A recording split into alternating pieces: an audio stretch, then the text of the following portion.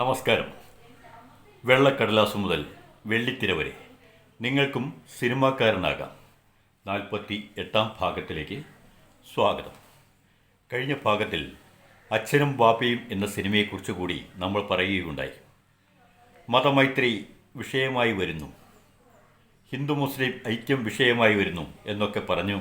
എങ്കിൽ കൂടി ഒരു പ്രത്യേക കാര്യം കൂടി അതിൽ നമ്മൾ ഓർക്കേണ്ടതുണ്ട്.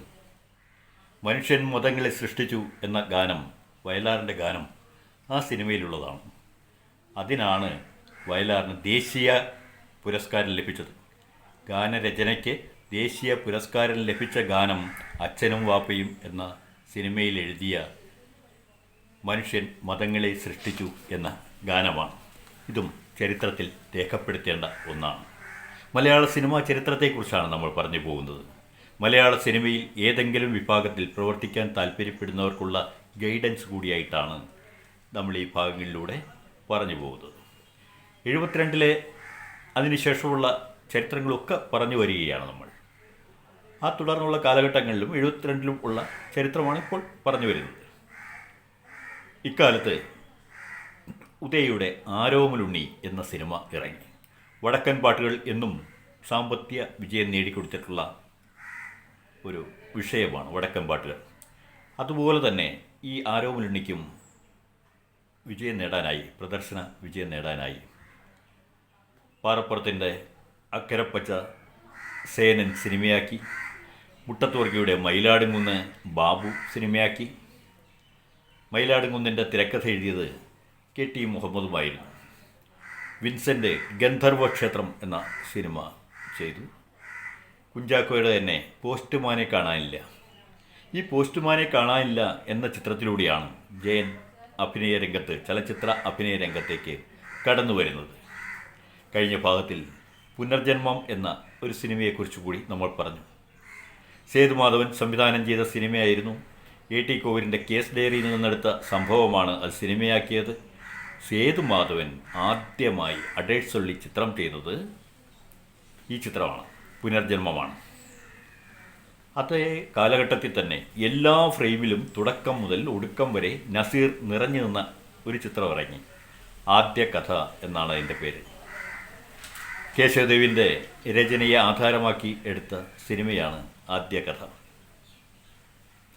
K. സുരേന്ദ്രൻ്റെ കാട്ടുകുരങ്ങ് ആദ്യ സിനിമയാക്കിയ കൃതിയാണ്. P. ഭാസ്കരനായിരുന്നു സംവിധാനം ചെയ്തത്. സേതുമാധവൻ സംവിധാനം ചെയ്ത ദേവി ഇറങ്ങി. കാട്ടുകുരങ്ങിനേക്കാൾ കൂടുതൽ ജനപ്രീതി നേടിയത് ദേവി എന്ന സിനിമയായിരുന്നു. അത് കൂടുതൽ കളക്ട് ചെയ്തു. മറ്റൊന്ന് K. സുരേന്ദ്രൻ്റെ തന്നെ മായയും പുറത്തിറങ്ങി. രാമു കാര്യാട്ടാണ് അതിൻ്റെ സംവിധാനം നിർവഹിച്ചത്. അതിൽ തിക്കുറിശിയുടെ ഒരു കഥാപാത്രമുണ്ട്. ഡീസൻ്റ് ശങ്കരപ്പിള്ള ഏറെ ശ്രദ്ധിക്കപ്പെട്ട കഥാപാത്രമാണ്. 72-ലെ മികച്ച നടനുള്ള സംസ്ഥാന പുരസ്കാരം നേടിയത് ഈ കഥാപാത്രത്തെ അവതരിപ്പിച്ചുകൊണ്ട് തിക്കുറിശിയാണ്. ഡീസൻ്റ് ശങ്കരപ്പിള്ള എന്നായിരുന്നു ആ കഥാപാത്രത്തിൻ്റെ പേര്. 72-ൽ 46 ചിത്രങ്ങളാണ് പുറത്തിറങ്ങിയതെങ്കിൽ 73 ആയപ്പോൾ 61 ചിത്രങ്ങളാണ് പുറത്തിറങ്ങിയുണ്ടായത്. ആ കാലഘട്ടത്തിൽ ഇറങ്ങിയ ശ്രദ്ധേയമായ ചിത്രം, ഇന്നും ഓർമ്മിക്കുന്ന ഒരു ചിത്രമുണ്ട്, നിർമാല്യം. MD രചനയും സംവിധാനവും നിർവഹിച്ച നിർമാല്യം പുതിയൊരു സിനിമാ സംസ്കാരത്തിന് തുടക്കമിട്ടു എന്ന് വേണമെങ്കിൽ പറയാം. പള്ളിവാളും കാൽച്ചിലമ്പും എന്ന കഥയാണ് സിനിമയ്ക്ക് ആധാരമായത്. MDയുടെ തന്നെ കഥയായിരുന്നു അത്. മലയാളത്തിൽ തെന്നിന്ത്യയിൽ തന്നെ ആദ്യമായി മികച്ച നടനുള്ള ദേശീയ പുരസ്കാരം PJ ആൻ്റണിക്ക് ഈ സിനിമയിലൂടെ, നിർമാല്യത്തിലൂടെ ലഭിച്ചു എന്നുള്ളതാണ്. അതിൽ വെളിച്ചപ്പാടിൻ്റെ വേഷമായിരുന്നു PJ ആൻ്റണിയുടേത്. മികച്ച സംവിധായകൻ, എഡിറ്റിംഗ് എന്നിവയ്ക്ക് സംസ്ഥാന പുരസ്കാരവും ലഭിക്കുകയുണ്ടായി. സുകുമാരൻ്റെ അരങ്ങേറ്റ ചിത്രമായിരുന്നു നിർമാല്യം. നടി സുമിത്രയുടേതും ഈ ചിത്രത്തിലൂടെയാണ് സുമിത്രയും കടന്നു വന്നത്. അച്ചാണി, അങ്കത്തട്ട്, അഴകുള്ള സെലീന, ചെക്ക് പോസ്റ്റ്, ചെണ്ട, ഏണിപ്പടികൾ, ജീസസ്, മാധവിക്കുട്ടി, പത്മവ്യൂഹം, പഞ്ചവടി, പൊന്നാപുരം കോട്ട, ഗായത്രി, തിരുവാഭരണം എന്നിവയൊക്കെ 73-ലെ ശ്രദ്ധേയമായ ചിത്രങ്ങളാണ്. പി എൻ മേനോൻ സംവിധാനം ചെയ്ത ഗായത്രിക്ക് മികച്ച ചിത്രത്തിനുള്ള വെള്ളി മെഡലും മികച്ച രണ്ടാമത്തെ ചിത്രത്തിനുള്ള സംസ്ഥാന അവാർഡും ലഭിക്കുകയുണ്ടായി. പത്മതീർത്ഥമേ എന്ന ഒരു ഗാനമുണ്ട് ഗായത്രിയിൽ. യേശുദാസ് മികച്ച ഗായകനായി ദേശീയ പുരസ്കാരം നേടിയത് ഈ ഗാനത്തിലൂടെയാണ്. രവി മേനോൻ ഈ ചിത്രത്തിലെത്തിയുണ്ടായി. ഗായത്രിയിലെ രാജാമണി എന്ന കഥാപാത്രം ചെയ്തുകൊണ്ടാണ് MG സോമൻ സിനിമാ രംഗത്തേക്ക് എത്തുന്നത്. മലയാറ്റൂരിൻ്റേതായിരുന്നു കഥ. ഇളയടം നിർമ്മാതാവുമായിരുന്നു. അതേപോലെ മലയാള ഗാനങ്ങളിലെക്കുറിച്ചും നമ്മൾ കഴിഞ്ഞ ഭാഗങ്ങളിൽ സംസാരിച്ചു വന്നു. പി ഭാസ്കരൻ്റെ ഗാനങ്ങളെയാണ് നമ്മൾ പിന്തുടർന്നു വന്നത്. ഭാസ്കരൻ്റെ പാട്ടിലെ കൽപ്പനകൾ കൂടി നമ്മളൊന്ന് ശ്രദ്ധിക്കുന്നത് നന്നായിരിക്കും. കാവ്യബിംബങ്ങൾ ഏറ്റവും കൂടുതൽ പ്രയോഗിച്ചിട്ടുള്ള ഒരു ഗാനരചയിതാവാണ്, കവിയാണ് പി ഭാസ്കരൻ. സ്വർഗഗായിയെ ഇതിലേ ഇതിലേ ആ ഗാനത്തിൽ നോക്കൂ. കുഞ്ഞു മേഘങ്ങളെ മുല കൊടുത്തുറക്കിയ മഞ്ഞണി കുന്നുകൾ, കുഞ്ഞു മേഘങ്ങളെ മുല കൊടുത്തുറക്കിയ മഞ്ഞണിക്കുന്നുകൾ. എങ്ങനെയാണ് ആ കൽപ്പന പോകുന്നത്? എങ്ങനെയാണ് ആ ഭാവന പോകുന്നത്? കാർമേഘ മാലകളുടെ സഞ്ചാരം, അത് മഴയായി പെയ്യുന്നത് ഒരുപാട് ഗാനങ്ങളിൽ കാവ്യ ബിംബമാക്കിയിട്ടുള്ള ആളാണ് പി ഭാസ്കരൻ മാഷ്. ഒരു കുടം കണ്ണീരു മുക്കത്തു വച്ചൊര കരിമുകിൽ പെൺകൊടി എങ്ങുപോയി. കവിതയിൽ അദ്ദേഹം പറയുന്നുണ്ട്, ഒരു കുടം കണ്ണീരു മുക്കത്തു വച്ചൊര കരിമുകിൽ പെൺകൊടി എങ്ങുപോയി.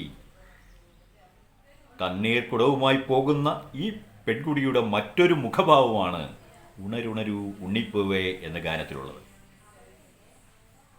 ഈ പെൺകുട്ടിയുടെ മറ്റൊരു മുഖഭാവം കാണിക്കുന്നു ഉണരുണരൂ ഉണ്ണിപ്പൂവേ എന്ന ഗാനത്തിൽ. പതുപോൽ പടിഞ്ഞാറേ കടലിൽ നിന്നും കുടവുമായി പടവുകൾ കയറുന്ന മുകിലേ. പതിവ് പോൽ പടിഞ്ഞാറേ കടലിൽ നിന്ന് കുടവുമായി പടവുകൾ കയറുന്ന മുകിലേ. നോക്കൂ, ആ ഭാവനയും ആ കാവ്യകൽപ്പനയും ഒക്കെ എത്രയോ മനോഹരമായി തീരുന്നു എന്ന്. ഹേമന്ത രാത്രിയിൽ കാണുന്ന മേഘങ്ങൾ ഈറനെടുത്തുകൊണ്ട് അമ്പരം ചുറ്റുകയാണെന്ന് കവി പറയുന്നുണ്ട് മറ്റൊരു ഗാനത്തിൽ. പതിവായി പൗർണമി തോറും പടിവാതിലിനപ്പുറമെത്തി കണിവെള്ളരി കാഴ്ചവെക്കുന്ന നിലാവിനെക്കുറിച്ചും അദ്ദേഹം കൽപ്പന ചെയ്യുന്നു. വേറൊരു ഗാനത്തിൽ കണ്ണീരുമൊലിപ്പിച്ചു കൈവഴികൾ പിരിയുമ്പോൾ കരയുന്നോ പുഴ ചിരിക്കുന്നു. ഒരു വിരഹ ഗാനം പോലെ ആ ഗാനം ഇന്നും പലരുടെയും മനസ്സിലുണ്ട്. കരയുന്നോ പുഴ ചിരിക്കുന്നു, കണ്ണീരുമൊലിപ്പിച്ച കൈവഴികൾ പിരിയുമ്പോൾ കരയുന്നോ പുഴ ചിരിക്കുന്നോ. മഞ്ഞണി പൂനിലാവ് പേരാറ്റിൻ കടവിങ്കൽ മഞ്ഞൾ അരച്ചു വച്ചത് നമ്മൾ മറന്നിട്ടില്ല. ഭരതൻ്റെ വെങ്കലത്തിൽ അദ്ദേഹം പാടുന്നു. പുലർകാലത്തെക്കുറിച്ചാണ് പാടുന്നത്. ആറാട്ട് കടവിങ്കൽ അരയ്ക്കൊപ്പം വെള്ളത്തിൽ പേരാറ്റിൻ പുലർമങ്ക നീരാട്ടിനിറങ്ങി. നോക്കൂ, ആറാട്ട് കടവിങ്കൽ അരയ്ക്കൊപ്പം വെള്ളത്തിൽ പേരാറ്റിൽ പുലർമങ്ക നീരാട്ടിനിറങ്ങി. എത്രയോ മനോഹരമായിട്ട് കൽപ്പനകളെ തൻ്റെ ഭാവനകളുമായി ഇണക്കിക്കൊണ്ടുപോകുന്നു.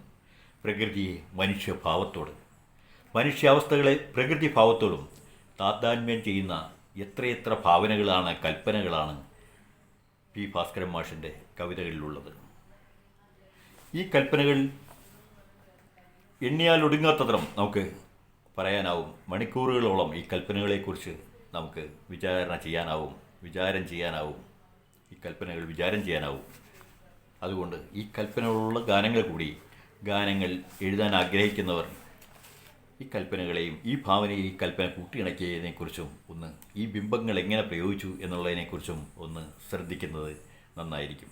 തുടർന്ന് നമുക്ക് ഭാസ്കരൻ മാഷിൻ്റെ ഗാനങ്ങളെ അനുധാവനം ചെയ്യാം. നന്ദി, നമസ്കാരം.